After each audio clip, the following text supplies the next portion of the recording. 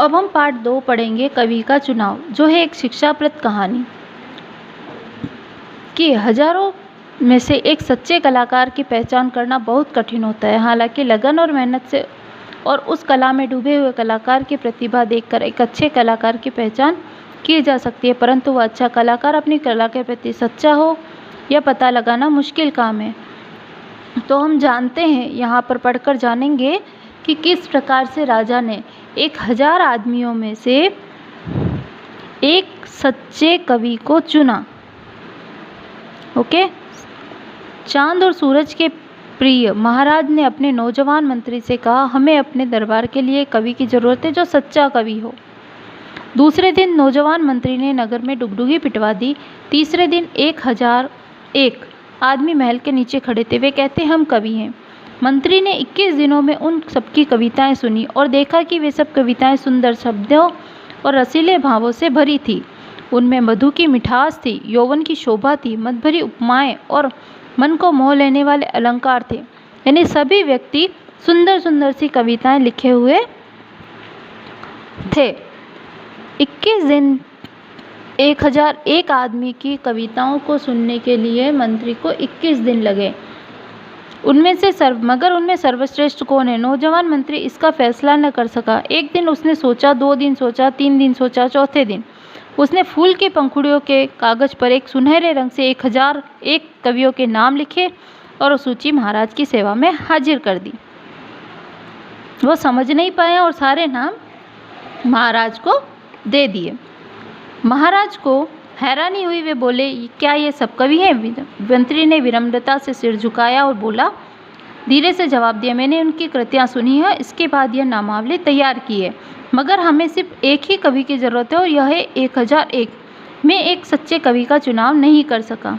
महाराज ने 1 घंटा विचार किया, 2 घंटे किया, 3 घंटे विचार किया और चौथे घंटे में आज्ञा दी कि इन सबको कैद कर दो, इनसे कोल्हू चलवाओ और हुक्म दे दो कि अब से जो आदमी कविता लिखेगा उसके ऊपर हमारे नगर का सबसे बलवान आदमी कोड़े बरसाएगा। मंत्री ने आज्ञा का पालन दिया।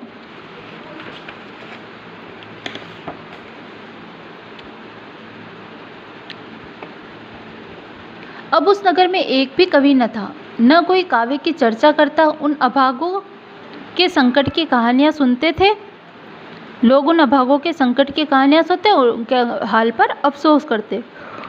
6 महीने बाद 1001 कवियों के कैद खाने में गए राजा।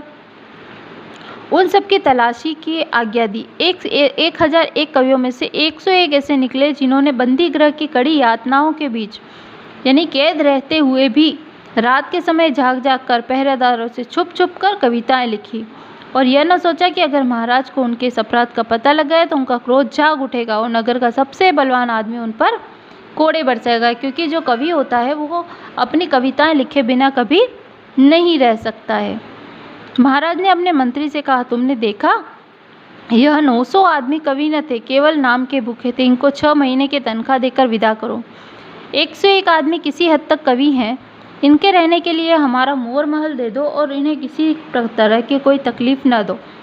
पहले राजा ने उनको कष्ट दिया, उनमें से 900 आदमी को बाहर किया और फिर 100 आदमियों को लेकर अपने मोर महल, यानी जहाँ आराम वाला महल था, वहाँ पर उनको रहने के लिए भेज दिया।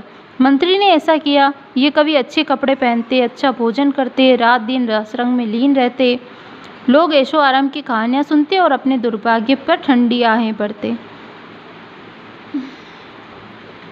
6 महीने बाद महाराज अपने मंत्री को साथ लेकर एक बार फिर 101 कवियों से मिलने मोर महल आए और उन सबको अपने सामने बुलाकर बोले, तुमने बेपरवाही के 6 महीनों में क्या कुछ लिखा है, हम सुनना चाहते हैं।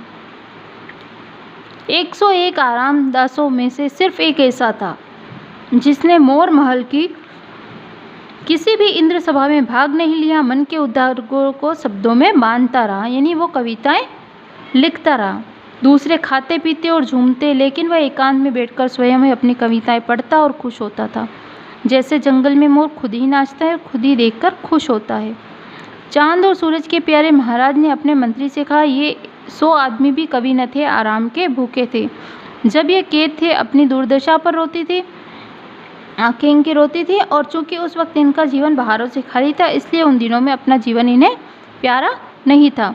उस समय उन्होंने कविताएं लिखी और अपने भाग्य के अंधेरे कोने का रोना रोया। मगर जब बुरे दिन बीते तो ये काव्य और कल्पना की कला को भूल गए। ये दुख के दिनों के कवि हैं, सुख के समय के कलाकार नहीं है। इनको धक्के देकर महल से निकाल दो। इसके बाद महाराज ने उस साधु स्वभाव बेपरवाह आदमी की तरफ इशारा करके कहा, यह सच्चा कवि है जिसके लिए दुख और सुख दोनों बराबर हैं। दुख की रात में भी कविता करता है, सुख के प्रभात में भी कविता करता है, मौत के काल के रास्ते पर जीवन के सुंदर घाटियों में भी कविता करता है। यही इसका स्वभाव है और यही इसका जीवन है। यह इसके बिना नहीं रह सकता। यानी जो व्यक्ति जिस कार्य के लिए बना है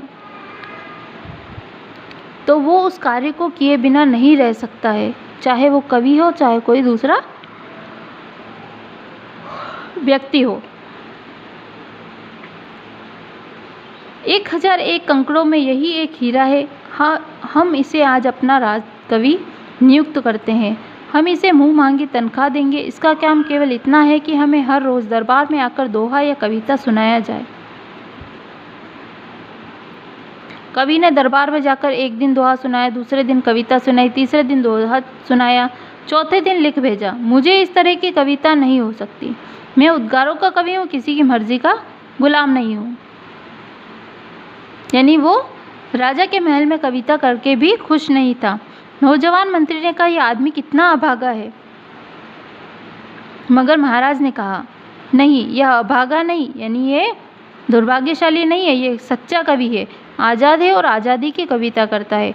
जो गुलाम होगा वो गुलामी की कविता ही करेगा। यह आदमी दरबार में आए या ना आए, इसकी तनख्वाह हमेशा इसके घर पहुंचती रहे। ऐसे उच्च कोटि के कलाकार भूखा रहना मेरे राज्य का सबसे बड़ा अपमान है। महाराज की बातें सुनकर नौजवान मंत्री की आंखें खुल गई। यानी इस कविता का क्या मतलब है? सूझबूझ, ज्ञान और कला का सम्मान, आज़ादी का महत्व और सही परख। ये कविता हमें सिखाती है कि हमें किसी भी परिस्थितियों में रहकर अपने कार्य से पीछे नहीं हटना चाहिए और बिना सोचे समझे किसी पर भी विश्वास नहीं करना चाहिए। Okay, thank you.